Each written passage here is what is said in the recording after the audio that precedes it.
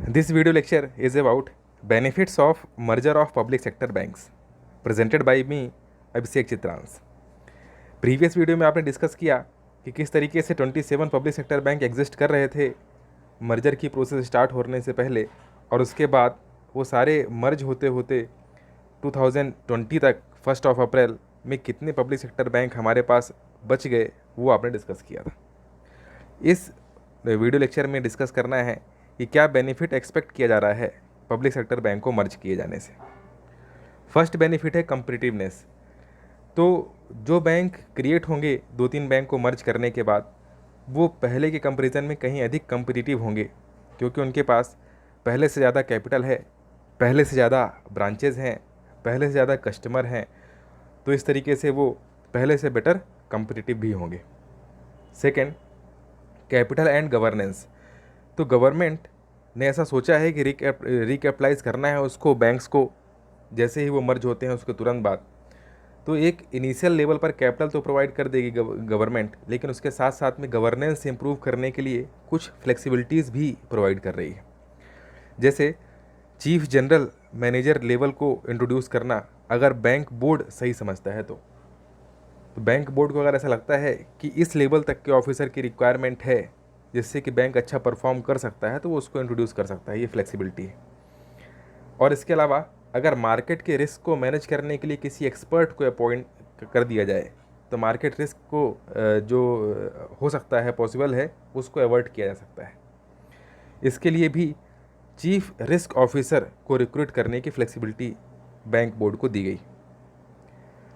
Next benefit ये है कि एफिशिएंसी बेटर होगी।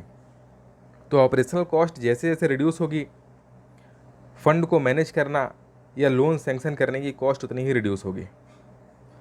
और जितना कम कॉस्ट में आप लोन सैंक्शन कर पा रहे होंगे बैंक्स के थ्रू, उतना ही अधिक लोन सैंक्शन करने का पोटेंशियल होगा। तो इससे एफिशिएंसी बेटर होगी। ऑपरेशनल कॉस्ट कैसे रिड्यूस होगा?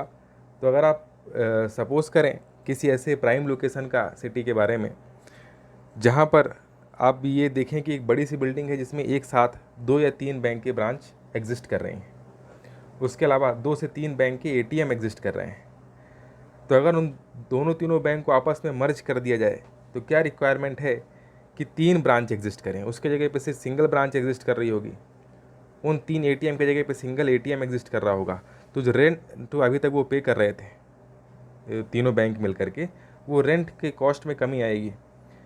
तो इस तरीके से ये एक छोटा एग्जाम्पल है, ऐसे बहुत सारे एग्जाम्पल हैं जिसके थ्रू उनका जो कॉस्ट है वो कम होगा फंड मैनेज करने का, जिससे उनका जो लोन प्रोवाइड करने का पोटेंशियल है वो बढ़ेगा बेशक।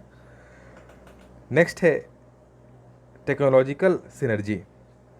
तो कोर बैंकिंग सोल्यूशन में कई बार एक ही टाइप के कोर बैंकिंग सोल्यूशन में एक से अधिक बैंक काम कर रहे होते हैं।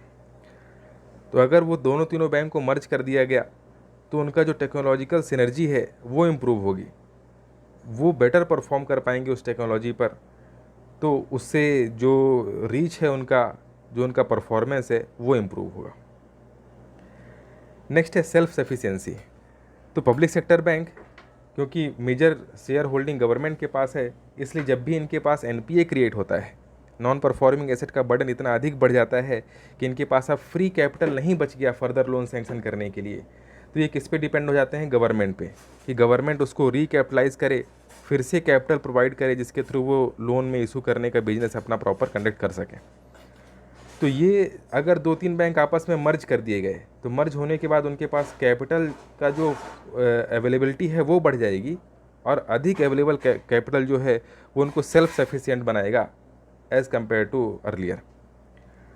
नेक्स्ट है रिकवरी।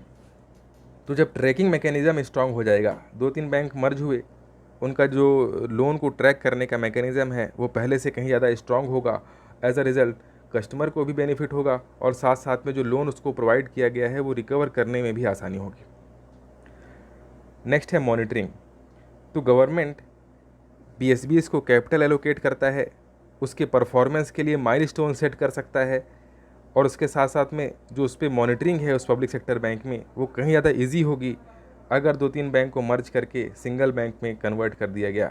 या आप कह सकते हैं कि नंबर ऑफ़ बैंक्स अगर रिड्यूस हुए, तो गवर्नमेंट के थ्रू मॉनिटरिंग इसमें ईजी हो जाएगी। नेक्स्ट है synergy of operations and scale of economy. तो मोर और लेस सारे बैंक्स लगभग एक जैसे ऑपरेशंस कंडक्ट कराते हैं, लोन सैंक्शन करना, क्रेडिट कार्ड इशू करना, ETC एंड ETC। तो अगर 2-3 बैंक को आपस में मर्ज किया गया तो उनके यही ऑपरेशंस सिनर्जाइज हो जाएंगे, इम्प्रूव हो जाएंगे, और उसके साथ साथ में वो स्केल ऑफ इकोनॉमी का बेनिफिट ले सकते हैं। तो आपको पता है जितने लार्ज स्केल में ऑपरेशंस होंगे पर ऑपरेशन कॉस्ट उतनी ही कम होगी। तो अगर एक सिंगल बैंक 10 लोन इशू करता है पूरे मंथ में, इस तरीके से 3 बैंक्स हैं जो 10-10 लोन इशू कर रहे थे, तो ओवरऑल 30 लोन इशू किए गए, लेकिन 3 डिफरेंट बैंक्स के थ्रू।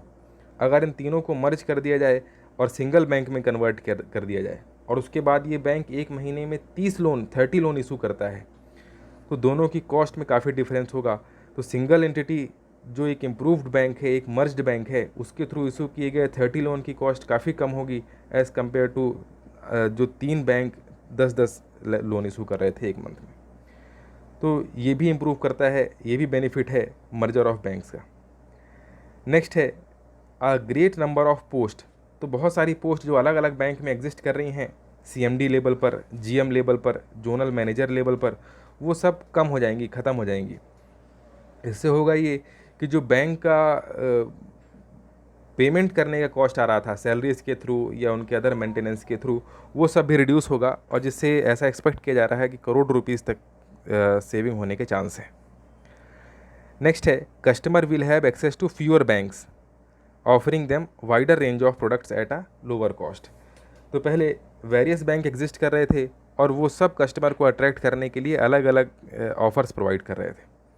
इससे कस्टमर डिस्ट्रैक्ट हो रहा था और डिसीजन ले पाने की कैपेसिटी उसकी कम होती चली जा रही थी। अब वो सारे बैंक मर्ज करके अगर कम नंबर ऑफ बैंक्स हैं, लेस नंबर ऑफ बैंक्स हैं, और वो लेस नंबर ऑफ बैंक्स वो सारी सर्विसेज प्रोवाइड कर रहे हैं जो अलग अलग बैंक्स ऑफर कर रहे थे, तो इससे ज़्यादा कंसनट्रेटेड एफर्ट होगा और कस्टमर्स के लिए भी बेनिफिशियल है कि वो सिंगल बैंक से बहुत सारे बेनिफिट अचीव कर सकते हैं। तो पर्टिकुलरली अगर इस टॉपिक में हम देखें गवर्नमेंट को क्या क्या बेनिफिट होगा, तो गवर्नमेंट का पहला बेनिफिट तो ऑब्वियस है कि उसको बार बार रिकैपिटलाइज नहीं करना पड़ेगा। सेकेंड, बेसल 3 के नॉर्म्स को फॉलो करना आसान हो जाएगा। तो आपको पता है कि बेसल नॉर्म्स इशू किए जाते हैं जिससे कि सेंट्रल बैंक्स जो हर कंट्री में एग्जिस्ट कर रहे हैं वो किस तरीके से अपने यहाँ के फाइनेंशियल हेल्थ को बेटर कर सकते हैं, इसके सजेशंस उसमें दिए हुए होते हैं। जैसे बेसल 3 में ये कहा गया कि कैपिटल एडिक्वेसी रेशियो को 9% पर रखना है सभी बैंक्स को। कैपिटल एडिक्वेसी रेशियो उस चीज़ को रिप्रेजेंट करता है कि बैंक का खुद का कैपिटल कितना है, जितना उसके पास फंड है उसमें से। तो अगर 2-3 बैंक को आपस में मर्ज किया गया तो उनके ओन्ड कैपिटल का प्रोपोर्शन बढ़ जाएगा और CAR के इस टारगेट को अचीव कर पाना और मेंटेन कर पाना कहीं ज़्यादा आसान होगा as compare to earlier. Third benefit क्या है, फॉर रेगुलेटरी पर्सपेक्टिव, गवर्नमेंट अगर रेगुलेट करना चाह रहा है सारे बैंक्स को तो मॉनिटर करना या कंट्रोल करना लेस नंबर ऑफ बैंक्स को कहीं ज़्यादा इजी है as compare to larger number of banks. ये कुछ बेनिफिट्स हैं जो आप मेंशन कर सकते हैं, बैंक के मर्जर से क्या क्या आपको बेनिफिट होने वाला है या क्या क्या गवर्नमेंट को बेनिफिट होने वाला है। नेक्स्ट स्लाइड में, नेक्स्ट लेक्चर में आप डिस्कस कर रहे होंगे क्या क्या कंसर्न्स हैं, क्या क्या चैलेंजेस हैं बैंक के मर्ज होने से, उसको कैसे आप ओवरकम करें या क्या वे फॉरवर्ड होना चाहिए।